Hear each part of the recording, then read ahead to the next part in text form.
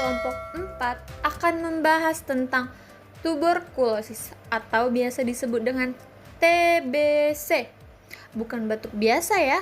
Menurut WHO, dari sekian banyak penyakit, TBC merupakan penyebab utama kematian di dunia. Berdasarkan WHO, laporan TBC global tahun 2018, TBC di Indonesia diperkirakan mencapai 842.000 kasus dengan angka mortalitas 107.000 kasus. Wah, banyak ya. Hal tersebut membuat Indonesia berada di urutan ketiga dari India dan Cina. Dari tadi bahas tentang TBC, sebenarnya TBC itu apa sih? Jadi, TBC atau tuberkulosis adalah penyakit infeksi menular yang disebabkan oleh infeksi bakteri yang bernama Mycobacterium tuberculosis dan paling sering bermanifestasi di paru. Tidak hanya paru-paru, TBC bahkan bisa menginfeksi kelenjar getah bening, usus, tulang, serta selaput otak. Cukup serem ya teman-teman. Bagaimana sih penularan TBC? Penularan TBC umumnya terjadi melalui udara.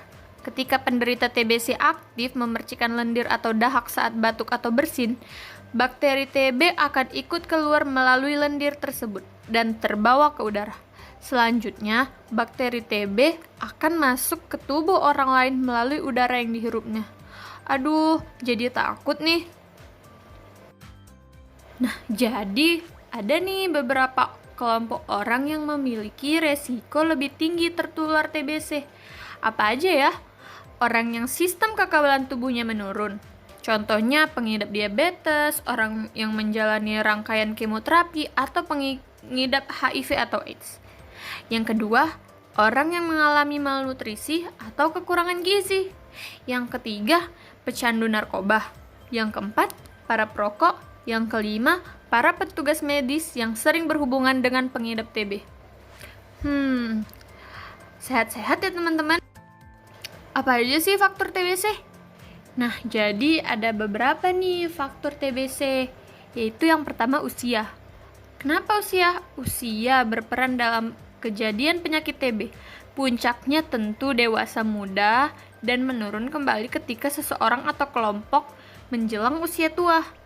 Yang kedua, tingkat pendapatan mempengaruhi angka kejadian tuberkulosis. Kepala keluarga yang mempunyai pendapatan di bawah UMR akan mengonsumsi makanan dengan kadar gizi yang tidak sesuai dengan kebutuhan bagi setiap anggota keluarga, sehingga mempunyai status gizi yang kurang dan akan memudahkan untuk terkena penyakit infeksi, di antaranya tuberkulosis. Yang ketiga, kondisi rumah. Kenapa kondisi rumah? Seperti atap, dinding, dan lantai dapat menjadi tempat berkembang biakan kuman. Lantai dan dinding yang sulit dibersihkan akan menyebabkan penumpukan debu, sehingga akan dijadikan sebagai media yang baik bagi perkembangbiakan kuman. Jadi, jaga kebersihan ya teman-teman. Yang keempat, membuka jendela setiap pagi dan merokok. Kenapa? Karena berpengaruh terhadap kejadian tuberkulosis. Kegiatan membuka jendela setiap pagi merupakan salah satu upaya pencegahan terjadinya penyakit tuberkulosis. Dengan membuka jendela setiap pagi, maka dimungkinkan sinar matahari dapat masuk ke dalam rumah atau ruangan. Merokok akan memperburuk gejala tuberkulosis. Demikian juga dengan perokok pasif yang menghisap rokok akan lebih mudah terinfeksi tuberkulosis. Riwayat kontak dengan penderita tuberkulosis menyebabkan penularan tuberkulosis di mana seseorang penderita rata-rata dapat menularkan kepada 2-3 orang di dalam rumahnya. Lalu, apakah TBC bisa disembuhkan? Tentu saja bisa teman-teman, dengan meminum obat anti tuberkulosis hingga dinyatakan sembuh yang biasanya memakan waktu hingga 6 bulan. Namun, daripada memikirkan proses cara penyembuhan TBC, sebaiknya kita fokus dalam pencegahannya apabila belum tertular dengan cara 1. Jangan tidur sekamar dengan orang penderita TBC. Yang kedua, jangan meludah di sembarangan tempat. Yang ketiga, imunisasi BCG pada bayi. Yang keempat, mencukupi asupan makanan bergizi. Yang kelima, menggunakan masker atau sapu tangan untuk menutupi mulut saat bersin ataupun batuk. Yang keenam, menghindari udara yang dingin. Yang ketujuh, menjaga kebersihan rumah dan lingkungan. Jadi, bagaimana sih cara penanganan jika sudah terinfeksi TBC dari segi gizi? Ada beberapa gejala pada penyakit TBC, di antaranya adalah demam yang tidak terlalu tinggi dan tidak berlangsung lama, serta nafsu makan yang rendah.